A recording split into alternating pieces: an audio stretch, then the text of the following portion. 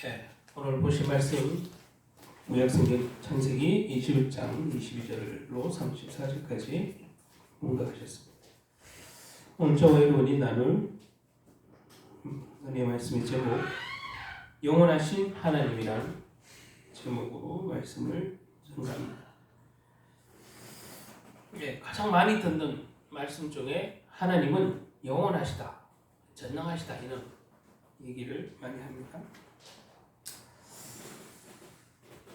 제목에 관하여서는 이따가 어차피 본문으로 들어가서 얘기할 건데, 가만히 생각해 보면 지금 새해가 지난 지 몇 달이 지났죠? 5달 지금 지나고 있는데, 개인적으로 다 새해가 되면 누구나 다, 그러니까 작년 2019년 연말에 송구영신 때나 또 새해에 다 손을 밀고 소망을 가지고 뭐 결단도 하고 했죠. 뭐 하나님 안 믿어도 합니다.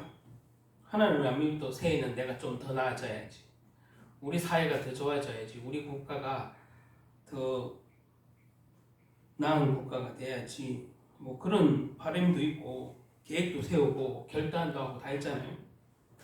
근데 지금 시간이 5살이라는 시간이 지나는데, 뭐 국가도 그렇고 사회도 그렇지만 개인적으로 지금 우리는 한 달, 2달, 석 달 이렇게 지나면서 여러분 새해에 소망했던 것, 뭐 적어놓은 것, 뭐 기억하는 사람도 있겠지만 대다수는 기억을 못할 겁니다. 뭐를 소망을 했는지, 뭐를 기도를 했는지. 그러면서 한번 생각이 드는 것은, 뭐 새해 때마다 소망이 있고 새해 때마다 결단하고 새해 때마다 내 개인적으로도 더 나은 모습, 내 개인적으로 더 성장하는 모습, 뭐 교회도 마찬가지겠죠. 교회도 좀 더 새해 때는 더 결단하고 더 헌신해서 더 부흥했으면 하는 그런 소망 다 있습니다. 제가 지금 소망에 대해서 얘기를 하고 어떤 계획에 대해서 얘기를 하고 있는 건데, 누구나 다 이상형이 있잖아요. 이상형. 교회에 대한 이상형도 있고, 사람과 사람 사이에서 내가 좋아하는 부류가 있고, 이상형이 있고 아닌 것도 있잖아요. 그리고 뭐 심지어 담임 목사님에 대한, 우리 담임 목사님은 이는 내가 섬기는 교회, 다니는 교회가, 출석하는 교회가 이는 목사님이면 좋겠다는 목사님에 대한, 뭐 사모님에 대한, 교역자에 대한 이상형이 다 있어요. 그 사람은 다 누구나 그런 소망이 있다 이거지. 근데 가만히 생각해 보세요. 저와 여러분은 다 연약한 존재인데 소망을 품는다고 됩니까? 소망을 품는 대로 다 됩니까? 물론 되는 부분도 있고 안 되는 부분도 있잖아요. 자, 지금 이상형을 얘기를 했는데, 이상형은 영어로 보면 이상적인 나라를 우리가 뭐라 그러죠? 혹시 유토피아라고 그러죠. 유토피아라는 영어의 단어를 보면은 뭐 환상적인 뭐 천국과 같은 그런 것을 표현하게 돼요. 천국은, 헤븐은 다른 말로 유토피아라고, 세상 사람들은 유토피아라 이런 생각, 이상형의 나라, 완전한 나라 이런 의미, 완전한 나라, 결점이 없는 나라 뭐 이런 얘기겠죠. 불만이 없고 전쟁이 없고 다툼이 없고, 그래서 하여튼 완전한 나라, 그런 나라, 유토피아. 그래서 뭐 신앙적으로 보면 천국 이렇게 말할 수도 있겠죠. 근데 완전한 게 있을 수 있습니까? 사람이 불완전한데, 그는 사람들이 모여서 사는 사회나 단체나 뭐 국가나 전 세계가 완전할 수 있겠습니까? 그러니까 우리 생각이 그런 거예요. 생각이. 저와 여러분이 이 땅에 살면서 예수 믿어도 완전하게 예수의 사람으로 살기는 사실 어려워요. 그거는 뭐 인정해야 돼요. 저와 여러분이 아무리 십계명을 잘 지켜도, 잘 지키려고 노력을 해도 뭔가는 어기는 부분이 있고 뭔가는 죄를 짓는 부분도 있어요. 그래 아무리 열망하고 다짐하고 결단을 해도 안 되는 건 안 되는 거거든. 이 얘기는 완전하지 못하다 이 말이에요. 근데 완전하지 못한 사람들이 어쨌든 유토피아도 꿈꾸고 교회 내에서도 뭐 그런 이상형의 어떤 교회를 원하잖아요. 이상형의 목사님도 원하고. 어쨌든 제가 이 말을 왜 쭉 얘기를 하냐면 이런 불완전한 인간이 완전한 것을 계속 추구를 하는데 왜 안 될까? 모든 인간은 완전한 인간 싸움도 완전한 세상 싸움도 없고 다툼도 없고 시기도 없고 눈물도 없고 질투도 없고 이는 막 정말 이 땅이 천국과 같은 이 땅 자체가 우리가 생각하는 뭐 죽어서 영원히 하나님을 만나는 그런 헤븐이 아니라 이 땅 자체가 유토피아 그거를 꿈꾸는 교리를 갖고 있는 곳이 여호와의 증인이에요. 여호와의 증인은 이 땅이 그 유토피아가 될 수 있다고 100% 믿거든. 그러면서 성경이 그 근거가 있다고 주장을 하면서 그렇게 그 사람들은 믿어요. 이 땅이 완전할 수 있다. 완전한 이 땅 자체가 천국이 될 수 있다. 그렇게 믿거든.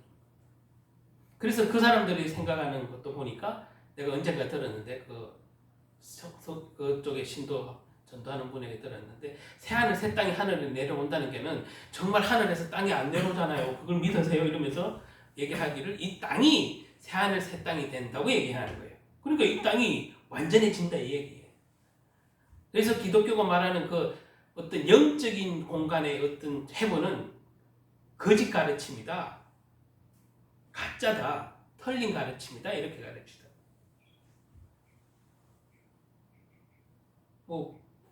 그 사람들 얘기대로 들으면 뭐 그럴 수 있다고 생각은 들어요.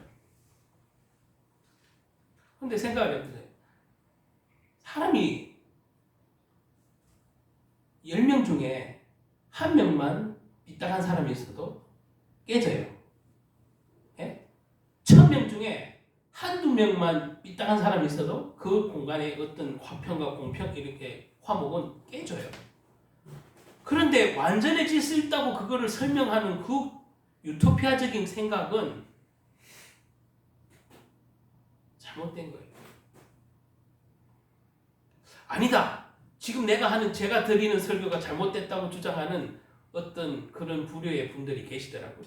그러면서 뭐라고 얘기하냐면 하늘에 쓰듯이 땅에서도 이루어지이다. 이거를 근거로 주기도문에 나오는 그걸 근거로 예수님은 이 땅이 천국이 될 거라고 얘기했다. 이 땅이 유토피아 될 거라고 얘기했다. 이렇게 가르치더라고.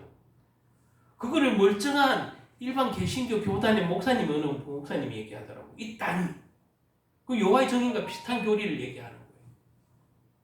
그 목사님도 얘기를 들어보니까 그런 여호와의 증인의 그 얘기를 아주 동의하더라고요. 제가 얘기 드렸죠. 1억 명 중에 불과 한두 명만 있어도 그 균형은 깨져요. 죄가 전혀 없다? 그 유토피아적인 이상형의 나라, 천국과 같은 나라가 이 지구상에 이루어질까? 여러분 이루어지겠습니까? 제가 이 말을 왜냐하면 토론에 길게 얘기를 하냐면 인간은 하나님 없이는 절대 온전할 수 없다는 걸 전제하에 제가 말씀드려요. 하나님이 다스리지 않는 나라는 사람이 아무리 이상형을 꿈꿔도 죄는 있게 돼 있다. 그래서 우리는 본질상 진노의 자리에 나르는 것의 개념을 그 사람들 이 땅 유토피아를 될 거라는 사람들은 성경을 자기 원하는 구절만 끼워 넣어서 해석을 하니까 그렇지. 우린 본질상 진노의 자녀예요. 네? 모든 사람이 죄를 범하였음에 하나님의 영광에 이르지 못한다고 분명히 성경 구절이 있잖아요. 그런데 유토피아를 설명하는 사람들은 그거 설명할 때는 요 얘기를 쏙 빼고 얘기를 하죠. 모든 사람이 죄를 범하였음에 하나님의 영광에 이르지 못한다. 그 단어가 성경이 명백하게 있거늘 어떻게 이 땅이 유토피아가 될 거라고 생각하냐. 완전해질 수 있다고 생각해요. 예수 믿는 사람이 전 인구 중에 7억 명 중에 7억 명이 다 믿으면 이 땅이 유토피아 될까요? 여러분 생각해보세요. 단 한 사람도 예수 안 믿는 사람이 없어. 자, 그렇다 치고 7억 명이 다 믿는다 치고 과연 인간은 완전한 천국과 같은 것을 누릴까요?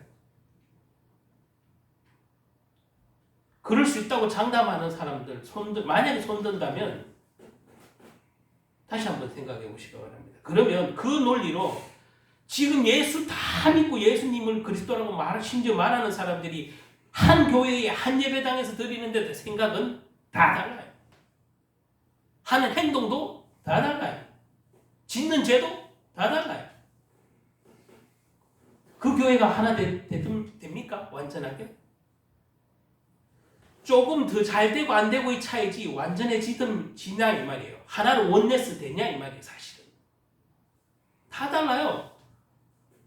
그 대표적인 예가 교회에서 아무리 하나님 일이라고 한들 복음 전하는 일이라도 앉아갖고 토론하자 그러면 금방 1, 2분 만에 싸워요. 자기 의견하고 틀리다고. 그냥 좋게도 안 하잖아요. 표현도 거칠어지고 인상도 거칠어지고. 자, 제가 이 말을 쭉 길게 하는 이유는 인간은 하나님 없이 절대 완전해질 수 없다는 거예요. 그게 이 땅이든 이 지구상이든 어느 한 단체든 어느 교회의 한 모임이든 완전한 곳은 없다 이거예요. 왜? 우리는 본질상 진노의 자들이고 하나님과 원수되었던 자들이에요. 그럼에도 불구하고 예수를 주로 믿고 지금 한 예배당에서 한 설교를 듣고 있지만 그럼에도 불구하고 모든 사람의 생각은 같지 않다는 거예요.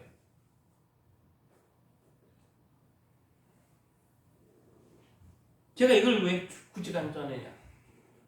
그렇기 때문에 하나님의 말씀대로 순종하는 훈련을 이 예배를 통해서 기도를 통해서 여러분이 신앙생활을 통해서 하나 될 수 없게 하는 것들이 있기 때문에 여러분 안에 죄성이 있기 때문에 그걸 무너뜨리고 차단시키고 하나님 뜻대로 움직이게 만드는 순종 훈련을 하는 거잖아요. 결국에 순종 훈련하는 거예요, 여러분. 내 생각과 뜻대로 각자의 100이면 100이나 다른 생각과 판단을 가지고 할 텐데 하나님 일은 하나 되는 일이야. 그러면 제가 말했죠. 그 죄성 때문에 본질상 하나는 안 돼. 그런데 우리가 예배를 드리면서 기도를 하면서 하는 것은 성령이 하나임으로 하나님이 하나임으로 하나 될 수 있는 길이 되는 거죠. 우리 신앙생활, 우리 교회 생활이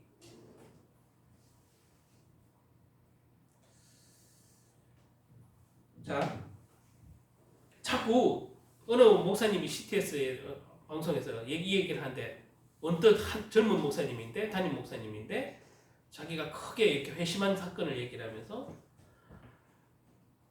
그 얘기를 하는데 한마디 말씀이 확 와닿았어. 나한테 듣다 보니까 뭐 늘 알고 있는 얘기인데 그 부분이 그렇게 자기 간증을 하면서 하는데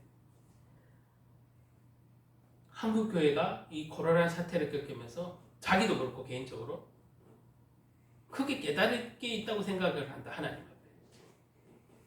교회가 사회를 단순히 가르칠 대상으로 보고 전도하는 게 문제라고 생각을 한다. 자기는 그래 얘기를 하다.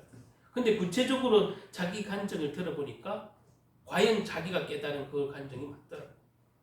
내가 보아도 들었는데 너무 공감되는 것은 교회가 단순히 우리는 하나님 자녀고 쟤네들은 불신자니까 쟤네들은 전도해서 쟤네들은 다 죄악 가운데 있으니까 물론 맞아요. 그런데 생각을 해보세요. 가르칠 대상으로 그렇게 마음먹는 순간 뭐가 올라오겠어요? 우리 교만이 올라오고 일방적인 주장만 난무해.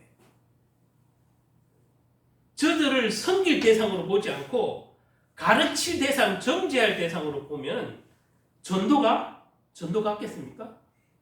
전도를 통해서 하나님의 사랑이, 그리스도의 사랑이 전해지겠냐?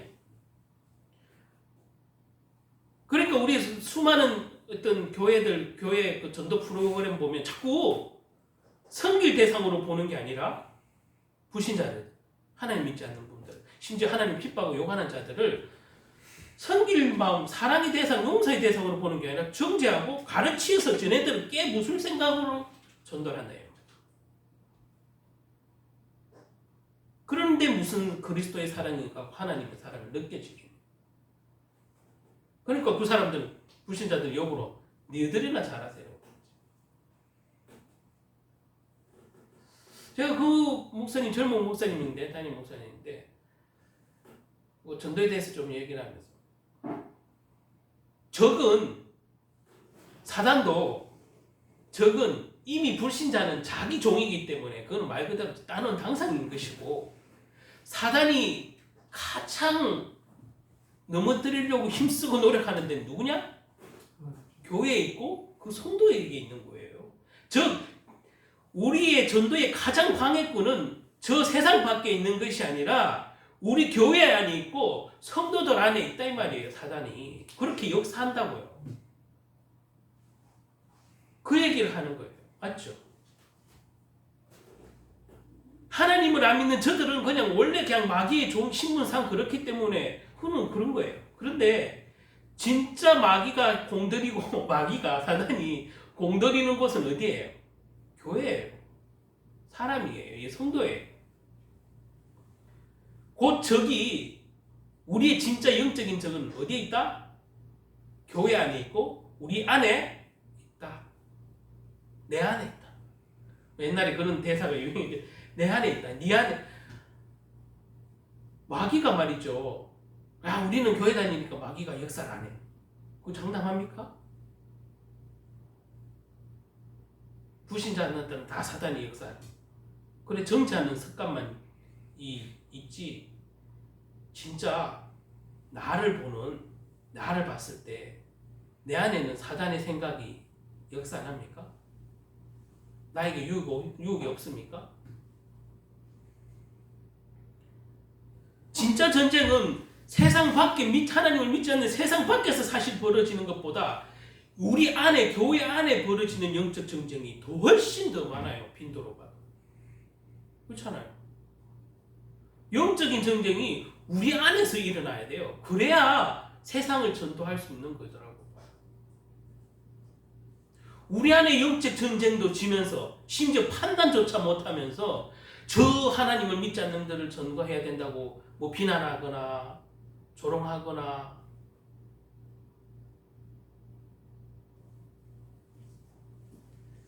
진짜 싸움은 우리 안에 벌어지고 있다는 거예요. 세상이 시끄럽다. 세상 사건 사고 많으니까 시끄럽다고 표현해요. 근데 세상 시끄러운 것보다 우리 안이 더 시끄러워요. 뭐요? 우리 안에 예수 믿는다면서 오만 시기, 분노, 질투, 오만 이권 다 있잖아요. 우리 안에도. 세상 시끄럽다 하기 전에 내 안에 시끄러운 것부터 한번 봐야 되지 않나요? 성도가. 물론 예수를 잘 믿고 신실하면 내 안에 시끄러운 일이 없어지고 우리는 말 그대로 우리 찬양 중에 제일 많은 찬양이 뭐예요? 평화로다. 하나님을 신실하게 잘 믿는 사람, 기도 생활, 예배 생활 잘 하는 사람은, 섬기는 생활 잘 하는 사람은 화평하죠. 하나님과도 화평하고 교회 안에서 성도 간에도 화평하고 우리가 사는 삶 현장 속에서도 화평하잖아요. 그리고 우리를 화평하게 할 자로 우리를 불렀다고 했어요.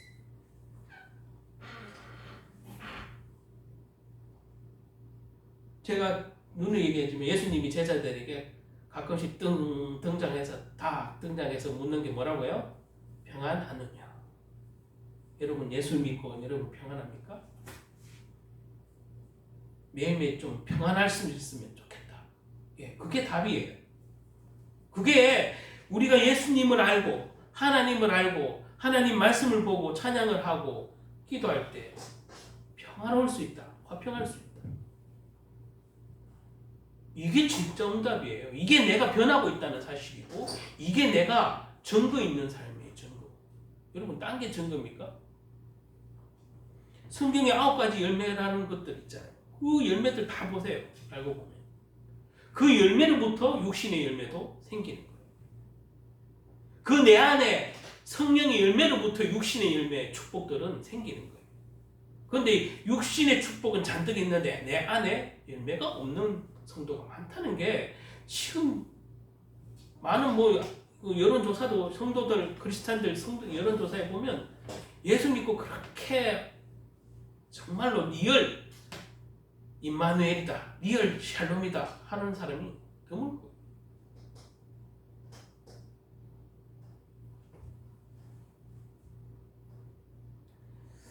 우리의 모든 문제가 결국에는 우리 신앙생활조차도 내 안에서 수도 없는 세상 시끄러운 일이 일어난다는 사실이죠.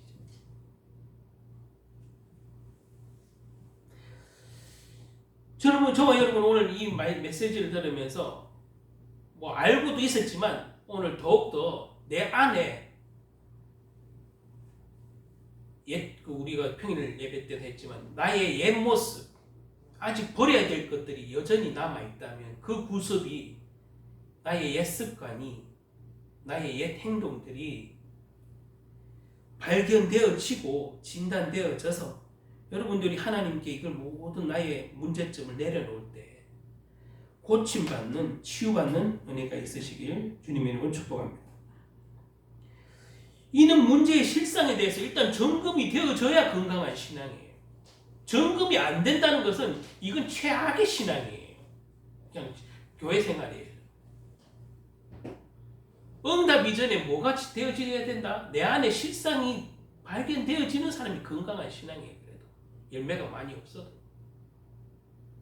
건강하지 않는 신앙을 가진 사람이 열매만 많으면 뭐 하겠어요?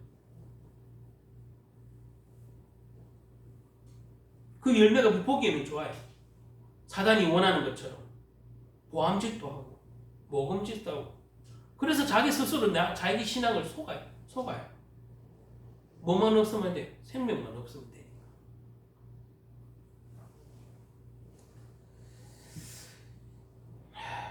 야고보서 4장 1절에 이런 말씀이 있습니다. 너희 중에 싸움이 어디로부터, 다툼이 어디로부터 나느냐? 너희 지체 중에 싸우는 정욕으로부터 나는 것이 아니냐. 야고보서 4장 1절 말씀. 이 말이 저와 여러분에게 이렇게 생각이 나셔서 남 탓하기 전에 내 안에서 일어나는 너희 지체 중에 싸우는 정욕에서부터 우리의 모든 문제는 발생된다.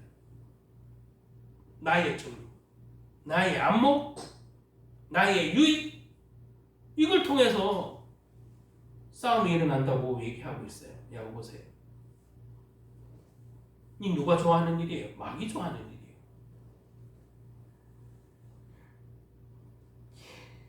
이 세상과의 싸움도 중요하지만 여러분 안에서 일어나는, 여러분 자신이 서로 부딪히는, 여러분 내면이 스스로 부딪히는 싸움, 내적 싸움. 그 내적 싸움을 치열하게 싸워야 돼요. 그런데 안 싸운다?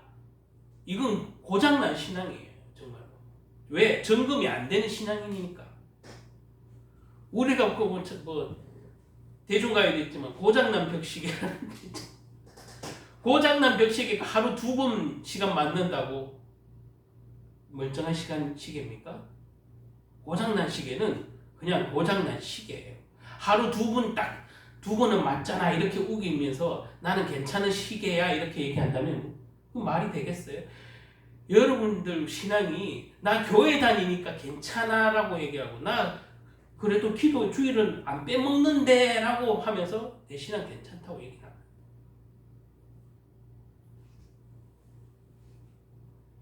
우리 안에 내적 갈등을 사실은 더 치열하게 싸워서 사도 바울 고백은 다 그런 거예요. 자기 안에 싸움이 더 많아요.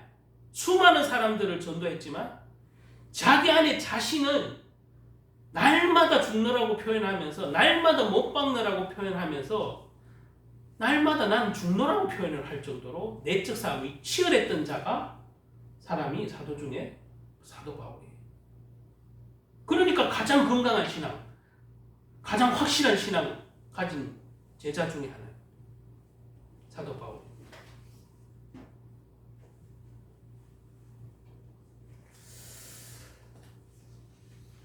저와 여러분이 오늘 이제 본문으로 좀 들어가겠는데, 하나님은 저 제목이 영원하신 하나님이잖아요. 하나님은 영원하시다는 하나님. 자, 그 영원하시다는 말에 대해서 오늘 좀 깊이 살펴볼 텐데, 이 영원하다는 표현의 의미는 기본적으로 하나님은 우리는 신실하시다 이런 표현을 쓰죠. 약속을 지키는 하나님. 즉 하나님은 허투루 약속하시는 법이 있다 없다? 없다. 그러면 지킨다는 얘기겠죠.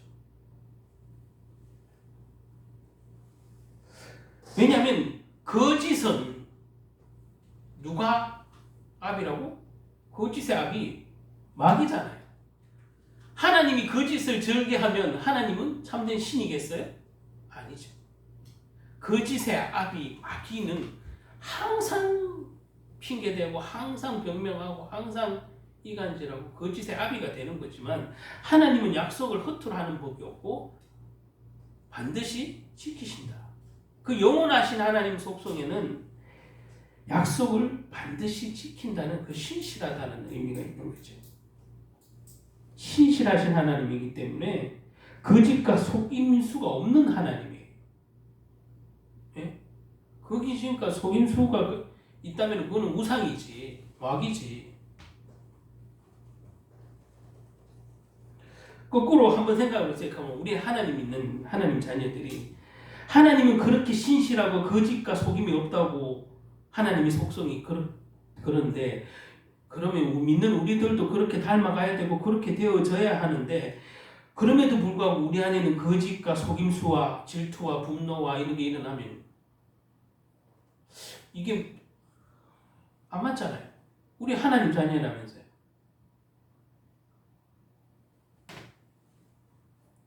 이 거짓 맹세하는 것이, 예? 거짓 맹세하는 것이 이게 성령의 얘기겠어요?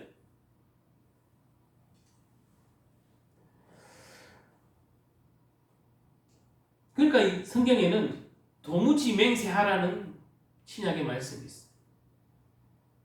도무지 맹세하지 말라.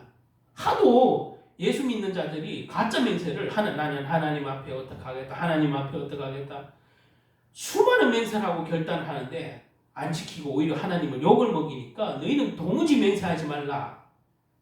이 초대교회도 너무 많았나 봐요. 예? 거짓 맹세가 하나님으로 맹세한 게 너무 많으니까 너희는 차라리 그냥 그런 맹세하지 말라 이 말이에요. 그렇게 망령되이 부르지 말라는 거예요.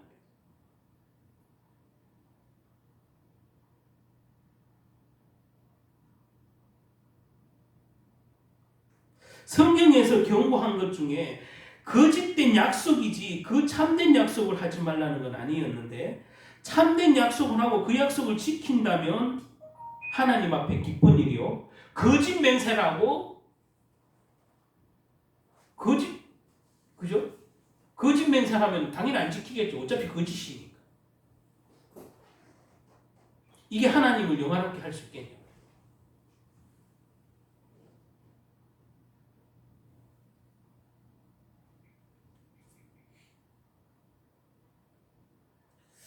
자, 오늘 시간이 좀 그래서 많이 진행하겠습니다. 자, 어쨌든 저와 여러분이 오늘 본문에 한번 보면,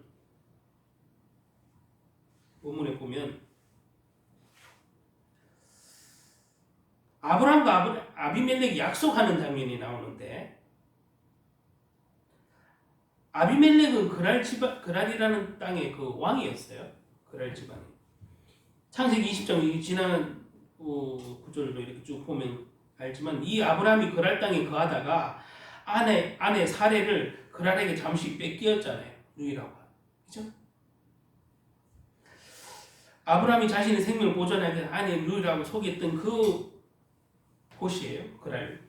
거기에 다스리던 왕이었어요. 그랄. 아비멜렉은 사라가 결혼 안 한 사람인 줄 알고 처음에 누이라고 그랬으니까 데리고 왔다가 알고 보니까 아브라함의 마누라야. 그래서 너 왜 나한테 거짓말했어? 이러면서 아브라함에게, 예? 책망을 하잖아요.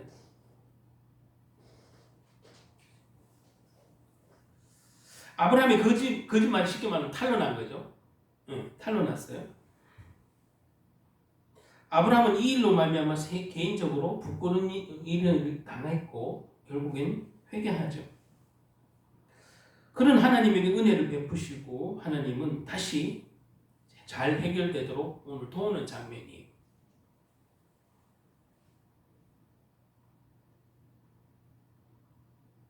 거꾸로 생각해 보면 자 아비멜렉이라는 그 그랄 지방의 왕이 아니 감히 왕에게 구라를 쳤단 말이에요. 이 거짓말을 쳤잖아요. 예? 큰 거짓말을 쳤잖아요. 뭐 아브라함을 어떻게 뭐 처단하고 안 처단하고 문제가 아니라 가만히 생각을 해보면 아브라함은 하나님을 믿는 사람인데 하나님 믿는 사람이 거짓말을 쳤어. 그것도 아내를 위에 뻥을 치고 아내를 쉽게 말하면 발릴 지경에 만들었는 그런 아주 중대한 큰 거짓말을 쳤는데 하나님 이전에 일단 그 왕이 생각하기에 아니 하나님 믿는다는 자가 저 따위를 행동을 해? 야 하나님 믿는 자는 정직해야 되는 거 아니야? 불신자라도 우리 그런 소리 많이 듣잖아요. 예수 믿는 자들이 정직해야지. 더 거짓말 잘하네? 자, 그런 상황이라면 이렇게 거짓말하고 사람을 속이는 사람이구나.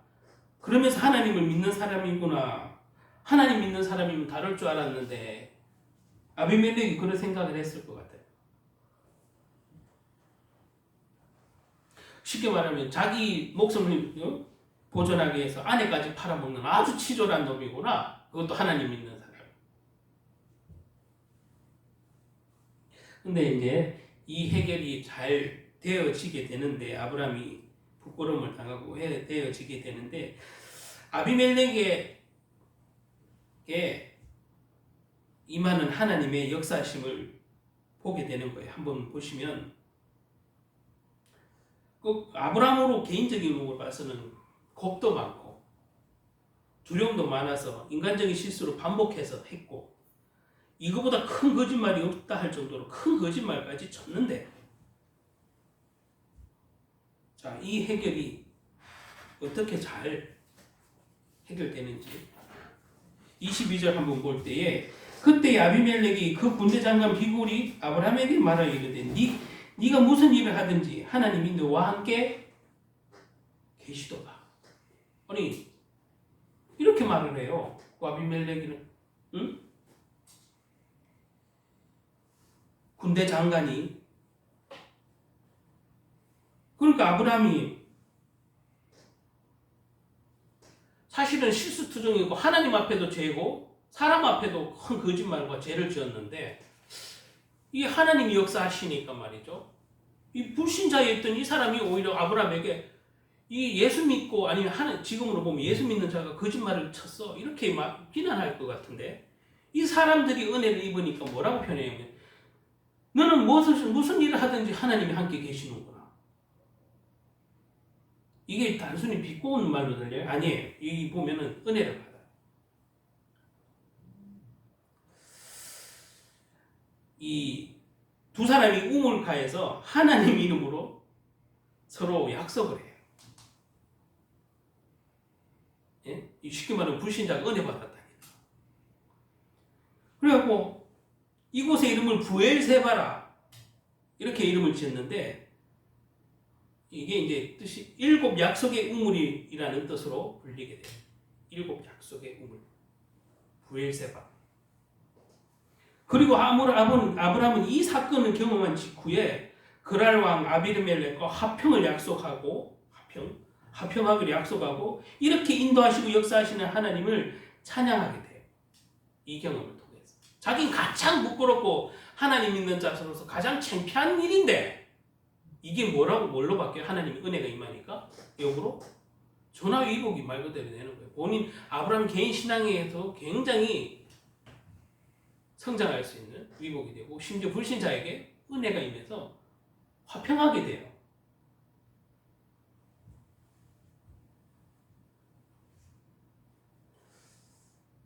아브라함의 최대 단점 중에 제가 이렇게 구약을 보니까 단점 중에 가만히 보면 아브라함이 겁이 많아요. 겁이 많은 것 같아요. 그럼 어떻게 하기 전에 겁이 많은 것 같아요. 그래서 아내는 먼저 뭐 그냥 누이라고 반복해서 2번이나 뻥을 쳤잖아요. 이렇게 겁 많은 아브라함이 과거 소돔과 고모라 산이 침략당하고 롯이 포로로 잡혀갔을 때 롯을 구원한 일. 그 생각해보면 그 겁쟁이였는데 아브라함이 어떻게 조카 롯을 구하러 갔을까? 그런 생각이 들어요. 아브라함은 이렇게 겁이 있었는데 가만히 보면 하나님이 은혜가 딱 임하니까 그 은혜가 임했을 때는 담대해지는 때 그 은혜가 떨어지면 쉽게 말하면 떨어지면 되게 비굴해요. 거짓말까지 하잖아요. 저와 여러분이 어떨 때는 여러분 말 그대로 은혜가 막 충만하다 싶을 때는 지극히 영적인 얘기하고 지극히 은혜스러운 말을 하고 남에게도 은혜 끼치고 칭찬받고 뭐 그럴 거예요. 근데 내 스스로 내가 뭔가 기도도 잘 안 되고 말씀을 멀리하고 예배도 좀 멀리했다 싶으면 나도 내가 잘 알지만 남도 나를 잘 알아요.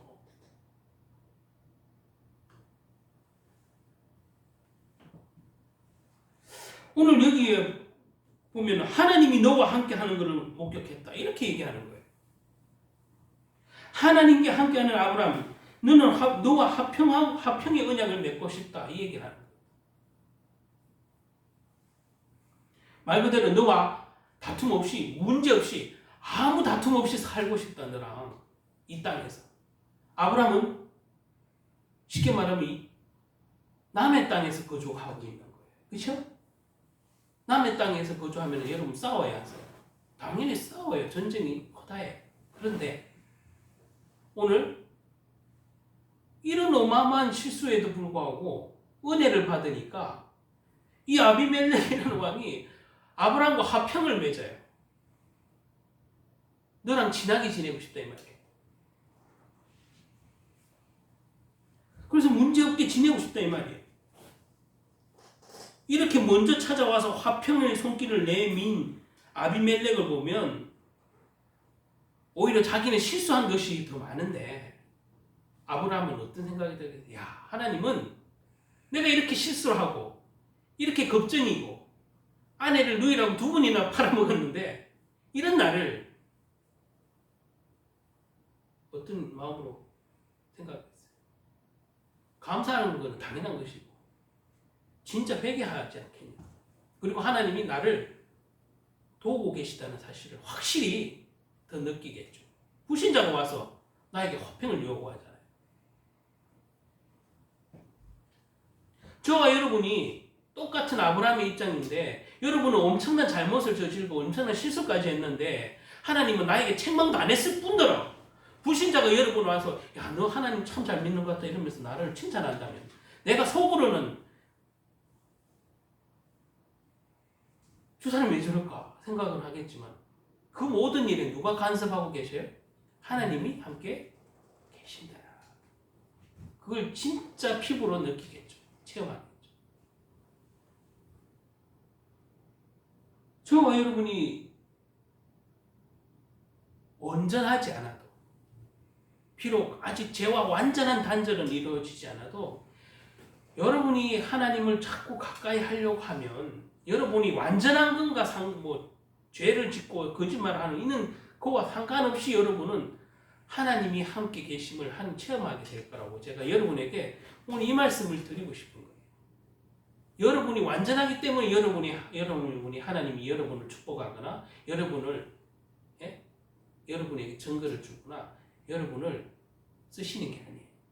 여러분이 불완전한 가운데 뭘 바라보고도 불완전한 가운데 살아계신 하나님을 바라보고 도우시는 하나님을 체험하도 그런다는 사실이에요. 여러분이 완전하기 때문에 여러분이 죄를 안 짓기 때문에 그런 게 아니에요. 아브라함은 지금 사실 엄청난 하나님 믿는 자가 거짓말을 했는데도 하나님 책망하기 전에 용서와 사랑을 베풀고 심지어 도우시고 불신자를 화평케 하는 이런 언약을 맺는 이 사건까지 오늘 인도하신다는 사실. 이게 바로 불신자가 보기에도 너는 무엇을 하든지 하나님이 함께 하는구나 라고 들을 만큼. 그런데 사실 그 정도로 아브라함의 믿음이 늘 좋았던 건 아니고.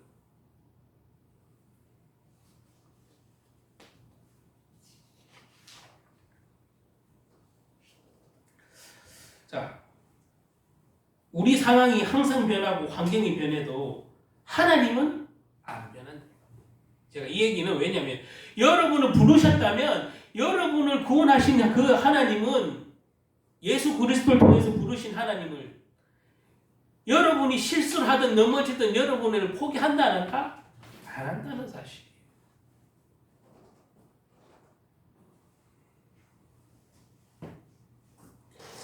여러분은 환경 때문에 하나님을 멀리하고 하나님을 때로는 버리는 것 같이 지낼 수도 있지만 하나님은 여러분을 부르시면 반드시 책임진다. 버리시지 않는다. 책망하고 징계는 할지언정 버리시진 않는다는 거예요. 내가 너희를 고아와 같이 버려두지 아니하고 보혜사 성령으로 여러분을 가르치시고 지키시고 인도하신다고 약속하셨잖아요. 여러분 안에 그 보혜사가 성령으로 계신다. 그래서 여러분이 설사 아브라함과 같이 예수 믿는 자가 거짓말 쳤다고 쳐요. 판단이 흐려져서. 절대 포기하지 말아요. 그 스스로 단순히 불신자처럼 반성하는 수준이 아니라 하나님은 여전히 나를 돌보고 계시고, 지난번 우리 했죠. 돌봐주시는 하나님, 돌보아주시는 하나님, 여러분을 돌보고 계신다는 사실을 느끼게 될 거예요.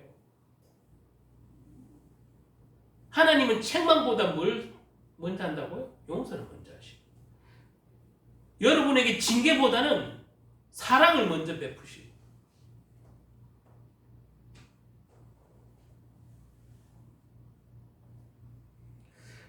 우리 상황은 어떻게 변하고 우리는 우리 상황에 따라 환경에 따라 우리 믿음도 때로는 변하고 은혜도 변하고 막 변하는데, 말도 변하고 행동도 변하고 다 변하는데 하나님은 변하지 않는다. 그게 영원하신 하나님. 오늘 말씀의 제목처럼 영원하신 하나님, 여러분을 인도하시는 하나님, 여러분이 어디를 가든지 너와 함께 하겠다는 그 약속은 여전히 유효한 거예요. 그 영원하신 하나님이 그분 이름으로 기도할 때에 여러분을 인도하실 줄 믿습니다. 그것이 두 번째로 하나님 관계를 새롭게 하시는 분이라는 거죠. 영원하신 하나님은 하나님과의 관계를 새롭게 하시는 분. 우리가 하나님은 영원하다고 고백할 때 하나님은 무한한 시간 속에, 영원한 시간 속에 가만히 계시는 분이 아니고 모셔놓은 말 그대로 우상처럼 그런 게 아니에요. 무한한 시간 속에 정적으로 가만히 계시다. 하나님이 그렇게 느껴진다면 잘못됩니다. 무한한 시간 속에 하나님은 무한히도 움직이고 계신다는 사실이에요. 예? 주무시고 계시는 하나님이 아니에요. 단 1분의 1초를 쉬시는 하나님이 아니라는 얘기예요. 여러분, 지금 우주가 1분 1초를 만약에 쉰다고 생각하세요. 우주가 지금 이 상태로 있겠습니까? 난리 나요. 하나님이 1분만 줘라도 난리 난다고. 지구가 지금 엄청난 스피드로 돌아가고 있는데 이 자전이 멈추면 어떻게 됩니까? 아무리 과학이 발전해도 지구가 자전을 멈추는 단 몇 초만 멈춰도 지구는 엄청난 재앙이 와요. 그런데 불신자들은 하나님 아예 존재를 인정 안 하니까 그러든지 말든지 여러분들은 하나님을 믿는다 하잖아요. 그런데 말로만 맨날 살아계신 하나님이라고 얘기해요. 가만히 들여다보면 여러분 삶 속에 1분 1초라도 하나님 쉬고 계신 적이 있다면 여러분은 지금 숨을 멈추셔야 돼요. 여러분이 살아있다는 것은 하나님 지금 1분 1초도 안 쉬고 계시다는 증거예요. 그렇죠? 자, 과거에도 계셨고 현재에도 계시고 미래에도 계실 그 영원한 신 하나님, 그 하나님은 영원한 시간 속에 방금 말한 대로 가만히 계시고 있는 하나님이 아니라 저와 여러분을 항상 24시 365일 진짜 시시분분초죠. 여러분을 살피고 계시기 때문에 저와 여러분이. 그런데 막연하게 하나님은 영원하신 하나님이다. 이런 개념으로 하나님은 어디에 가만히 계시는 하나님.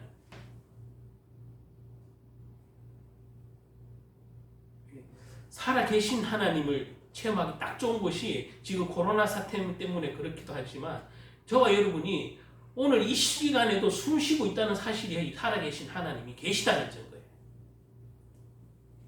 내 몸뚱아리니까 내가 살았다. 여러분 내 몸뚱아리라도 내 마음대로 숨 못 쉬는 게 요즘이에요.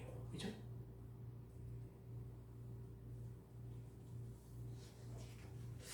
자, 마지막으로 우리가 이 영원하신 하나님은 우리 인생 가운데에 인간이 얼마나 소중하면 개입하기를 원하셨겠냐. 인간이 얼마나 소중하면 인간의 삶 가운데 하나님이 친히 종의 몸을 입고 오신 그게 뭐예요? 그리스도예요.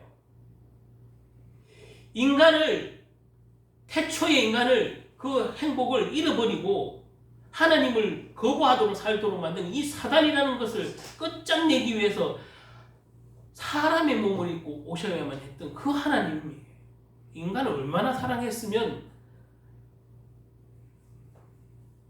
사람의 몸을 입고 왔다.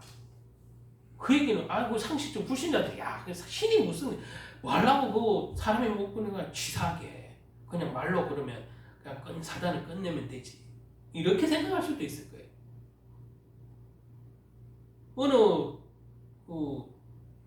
저 창조과학회 저 얘기할 때도 얘기 나왔는데 어느 초등학생이 그런 얘기했대.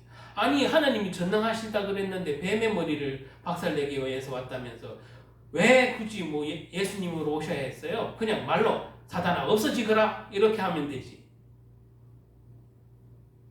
맞잖아요. 그 초등학생이 아주 기발한 질문을 했다고.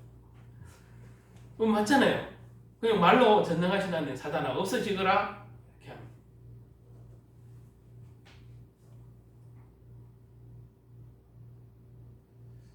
사단은 처음에 하나님 만들었어요? 아니 생각해보세요. 처음에 하나님이 사단을 일부러 만들었겠냐. 우리가 부르는 이 사단 마귀는 원래 뭐였다고? 천사장이었어요. 그것도 찬양을 주관한.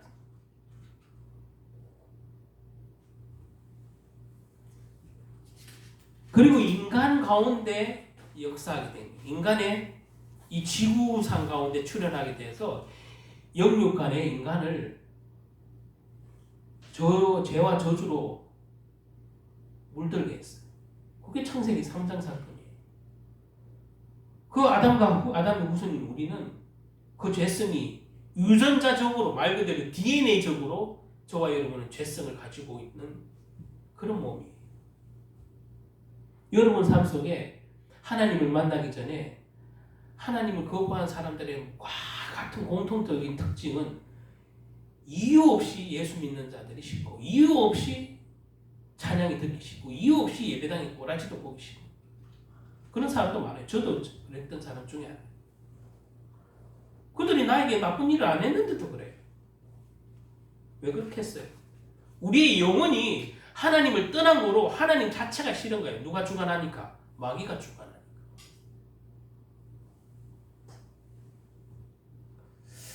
자, 우리 삶에 우리 인간 이 세계에 하나님이 친히 개입하셔서 오신 것이 이 복음인데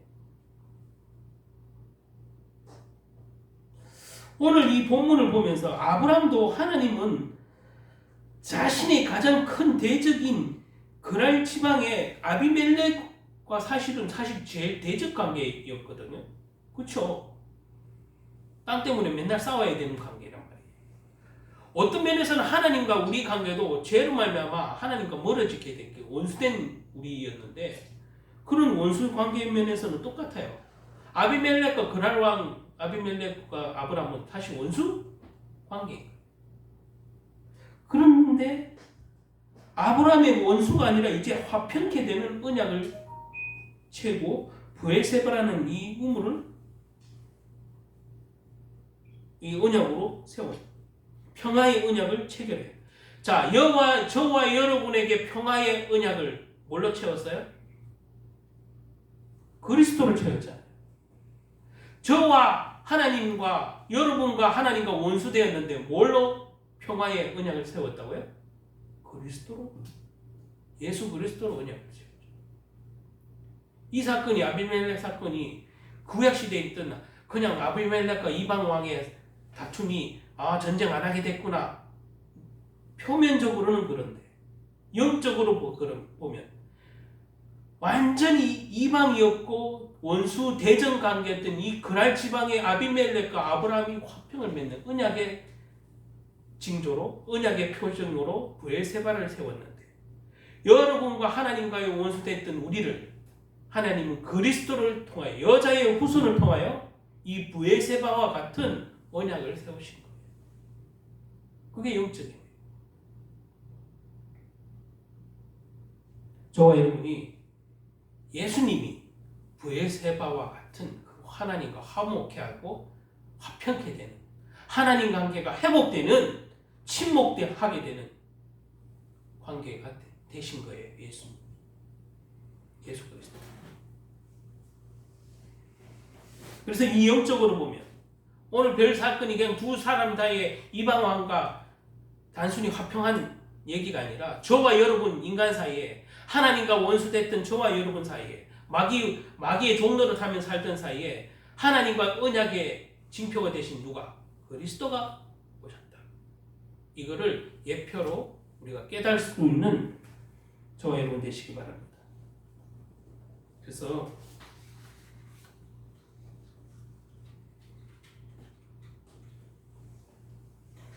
믿음의 조상인, 이 표현이 믿음의 조상이라고 그랬죠. 믿음의 조상인 아브라함이 아비멜렉과 화친을 맺고 언약을 세워서 에셀나무를 심었어요. 에셀나무라는 것을 심었어요. 에셀나무. 이 우물가에, 그 아까 말한 브엘세바 우물가에 뭐예요? 에셀나무라는 나무를 심었어요. 그게 언약의 징표로 세웠어요. 이 나무를 심은 행위는 앞으로 그곳이 아브라함의 새 삶의 근거지가 될 거라는 언약이에요. 저와 여러분이 방금 말한 그 브엘세바 옆에 에셀나무를 심은 것처럼 여러분이 예수 그리스도의 언약 옆에 심은 나무가지처럼 있게 되기를 예수님으로 축복합니다. 그거예요. 여러분이 우물가 옆에 심은 나무 누구예요? 여러분은 예수님 옆에 가지 접붙임을 당한 나무잖아요. 그래서 여러분의 새로운 삶터가 되는 거예요. 이 아브라함에게도 새로운 삶터가 되는 거, 언약의 징표로 준 것처럼 여러분들이 여자의 영성 그리스도 말미암아 이제 하나님과 원수의 사이였던 그 관계는 완전히 허물어지고 화평케 되어서 하나님과 화목하게 되어서 그 언약의 징표처럼 세워진 이 구약시대의 에셀나무처럼 예수님은 우리와 뭐야? 포도나무가 되셨잖아요. 신약의 표현대로 포도나무가 되셨잖아요. 저와 여러분은 그 포도나무의 접붙임을 당한 가지예요. 그죠? 이제 새로운 땅에서 새롭게 축복으로 임하는 이 아브라함의 땅의 근거지가 된 것처럼 저와 여러분도 예수 그리스도 안에 새로운 축복으로 새 에덴으로 살 수 있도록 하나님이 회복하시는 거예요.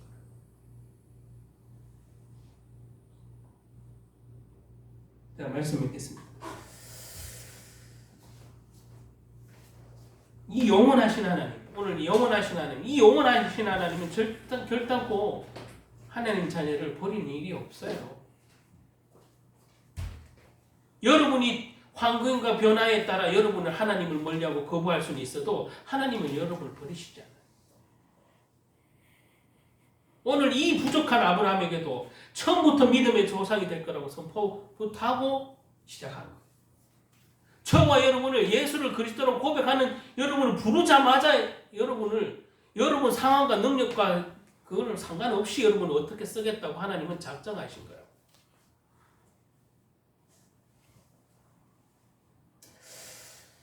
예배에서 여러분들이 믿음의 예배를 드리고 더 그리스도를 붙잡을 때 오늘 에셀나무를 심은 것처럼 여러분이 예수 그리스도 옆에 심은 나무가지처럼 풍성한 은혜들로 하나님이 축복해 주실 줄 믿습니다. 그런 경험과 인재를 체험한다면 여러분 결단코 여러분도 믿음이 이제 더 이상 어린아이처럼 흔들리지 않고 사단의 유혹과 미혹에도 흔들리지 않는 분별력으로 장성한 그런 분량이 이르도록 그리스도의 넓이와 높이와 깊이가 날마다 깊어지는 그런 영적인 성도님들이 되시기 바랍니다.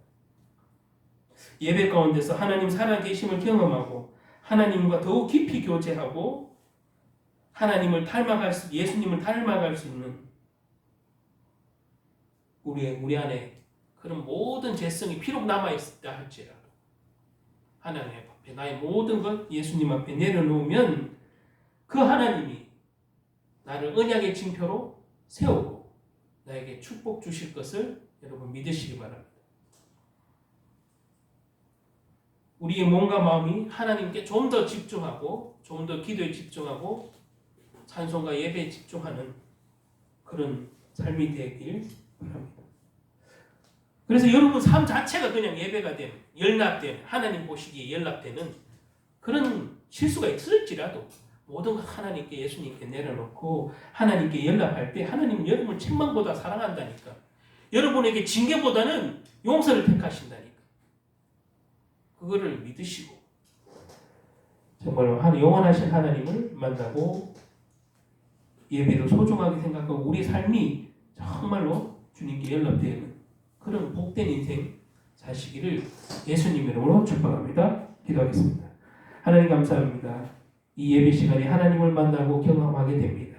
믿음의 예배를 하나님 앞에 올려드리고 예배에 성공하는 우리 성도님들 되게 도와주시고 예배를 통해서 아브라함이 만났던 그 하나님을 만나고 아브라함이 경험했던 그 하나님을 경험하면서 아브라함이 실수했던 것은 우리가 반면 교사를 삼아서 정말로 하나님께 더욱더 의지하고 하나님을 더 신뢰하는 영원하신 하나님을 더욱더 깊이 알아가는 깊이 사랑하는 하나님을 더욱 사랑하는 믿음을 주시고 더욱더 주님 안에서 그 에셀나무를 언약의 징표로 심은 것처럼 그리스도를 우리에게 언약의 징표로 주신 것처럼 하나님 안에서 그리스도 안에서 축복을 누리며 살아갈 수 있도록 도와주시옵소서. 예수 그리스도 이름으로 기도드립니다. 아멘.